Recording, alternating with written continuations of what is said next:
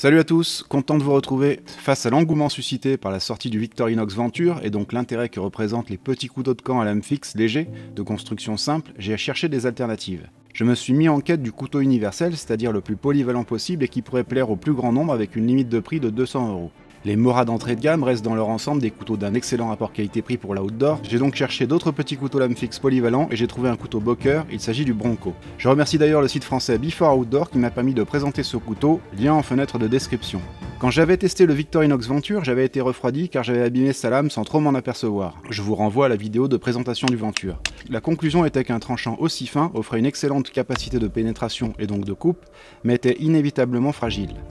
Un couteau très agréable à manier mais qui révélait ses limites à encaisser les chocs malgré que le Venture soit présenté par Victorinox comme conçu pour l'aventure, pour le bushcraft, fabriqué dans un acier réputé pour son exceptionnelle robustesse, un couteau d'une fiabilité à toute épreuve, de la randonnée au camping en passant par la survie. Le Venture était donc censé pouvoir endurer diverses opérations de bushcraft et même de survie. Je comprends qu'un fabricant vante les capacités de son produit mais les acquéreurs risquent la désillusion si comme moi ils flinguent la lame de leur couteau lors d'une simple coupe à la volée. On pouvait donc s'interroger sur les limites de ce couteau et peut-être qu'elles auraient pu être repoussées si la lame avait été formée par un autre acier plus dur et résistant. Or, un des aciers qui vient à l'esprit pour satisfaire ces critères, c'est le CPM 3V, un alliage américain de Crucible Industries obtenu par la métallurgie des poudres et qui fait partie des plus résistants à la rupture du fait de sa tolérance au choc et son élasticité.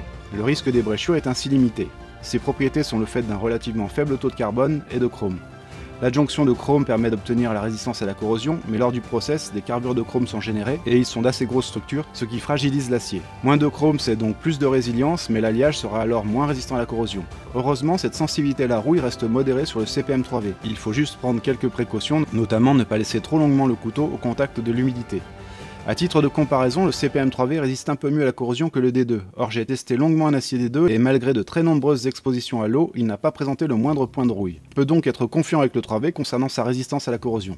Mais peut-être que vous avez des retours d'expérience concernant le CPM 3V et sa résistance à la corrosion, alors n'hésitez pas à en faire part dans les commentaires. Le nouvel acier Magnacut est quant à lui extrêmement résistant à la corrosion, avec une conservation du tranchant supérieure, mais moins solide que le CPM 3V. Donc si on privilégie la solidité, ce qui me semble un critère important pour une lame fine et donc tranchante, et que l'on n'utilise pas le couteau dans un environnement particulièrement humide ou marin, alors ce Bronco me semble avoir des caractéristiques très intéressantes. Un acier 420HC à la solidité comparable aurait aussi pu faire l'affaire, il est très résistant à la corrosion, mais il s'émousse vite.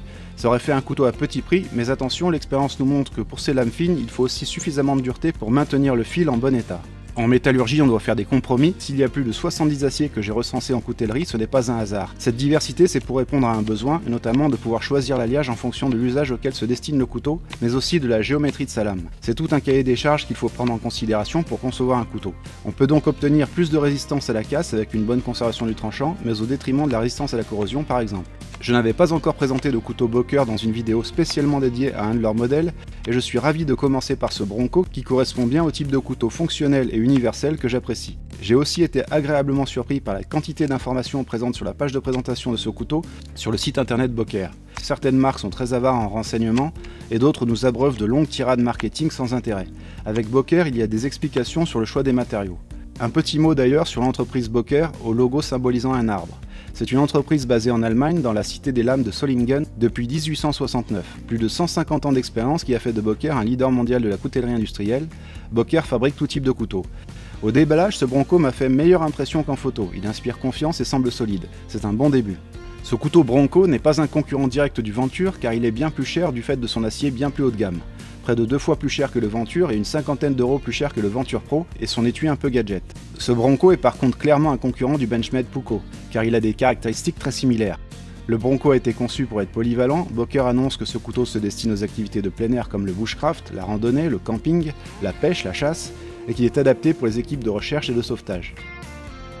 Le couteau parfait n'existe pas, mais un petit couteau pratique à transporter, solide et polyvalent, ça peut se concevoir, et je pense que ce Bronco en est l'exemple. La lame de forme drop point et des moutures sabres, c'est l'émouture la plus polyvalente qui permet d'effectuer des tâches fines, mais aussi plus lourdes car le tranchant s'élargit, ce qui rend la lame assez solide. Le couteau peut effectuer des opérations de bushcraft, mais gardez à l'esprit que ça reste un petit couteau et qu'il ne faut pas trop lui en demander. Je l'ai testé en bâtonnage sur de petites bûches et il a bien encaissé. Il s'est même révélé très efficace. La soie traversante assure rigidité et solidité de la structure. Le talon dépassant à bord saillant permet de gratter l'allume-feu qui est livré fixé à l'étui. On a aussi un trou pour passer une lanière en fin de manche. Concernant ce manche, il est comme le Venture Victorinox formé en TPE, thermoplastique élastomère. Il est cependant plus caoutchouteux. Il y avait sensiblement la même texture de manche sur des couteaux Steelwheel, une marque qui proposait d'excellents couteaux de milieu de gamme et qui a subitement disparu des radars. L'avantage d'un manche TPE caoutchouteux qui englobe complètement la soie traversante, c'est qu'il absorbe les vibrations pour plus de confort et empêche le contact avec l'acier. C'est important quand les températures sont très fraîches car l'acier est un conducteur qui va pomper la chaleur de la main. La structure antidérapante assure la prise en main en conditions humides.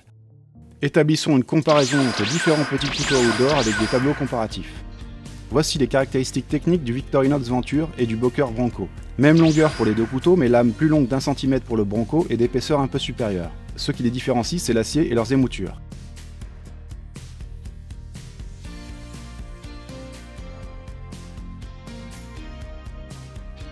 Maintenant, observons les caractéristiques du Benchmade Puukko et celles du Bronco commercialisées sensiblement au même prix. La lame du Bronco mesure 2 cm de plus et en dehors de cette spécificité, les couteaux sont assez similaires. On pourrait aussi comparer le Bronco avec le CJRB Hyperlight qui est plus petit et plus léger et de construction full tank avec une lame en acier poudré AR-RPM9. On peut aussi le comparer avec le Martini Suomi dont la lame est en acier X46CR13 et le manche en bouleau madré. Des couteaux de styles différents mais qui sont aussi conçus pour les activités outdoor. Et enfin, voici les caractéristiques du Mora Companion, le moins cher et néanmoins efficace et résistant.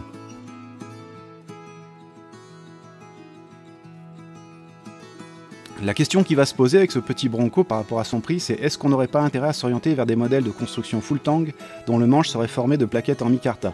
L'avantage d'une construction full tang avec manches formées de plaquettes, c'est qu'on peut les remplacer assez facilement si nécessaire, si elles sont fixées par des vis. Avec un manche thermoformé fixé sur la soie, ce serait bien plus compliqué. Cependant, la garantie à vie du Bronco est rassurante.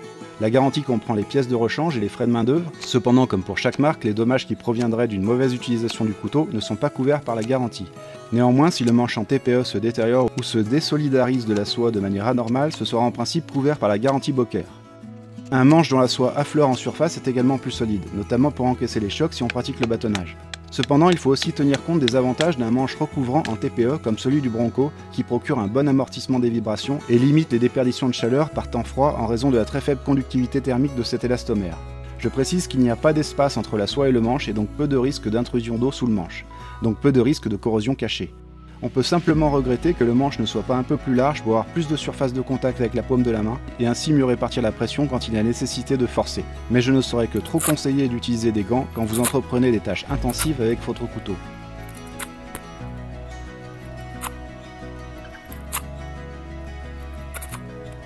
L'étui en cuir, c'est aussi du sérieux. Le couteau se range profondément dans l'étui, une bonne rétention et protection est assurée.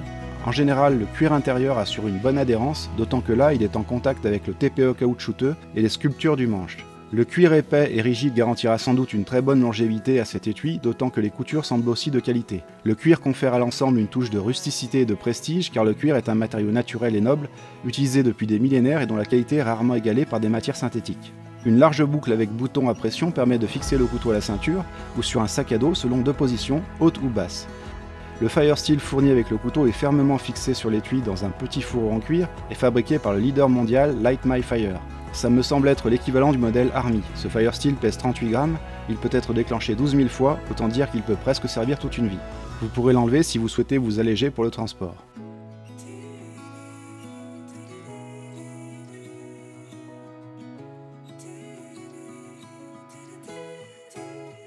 J'ai effectué différents tests avec le Bronco et je dois dire qu'il fait désormais partie de mes couteaux préférés. C'est un petit couteau qui inspire confiance, il ne tranche pas aussi facilement que le Victorinox Venture, et c'est normal car son émouture s'élargit davantage derrière le fil, mais se révèle performant dans la plupart des tâches. Le test de coupe de paracorde est très concluant, comme lever des copeaux de bois, effectuer de petits bâtonnages, couper des aliments. C'est un couteau maniable, bien équilibré, et malgré son design assez basique, je trouve qu'il a un joli style.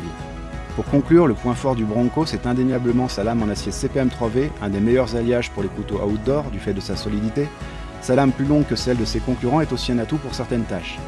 La finition Stonewash, qui limite la visibilité des rayures, est gage de conserver ce bel aspect.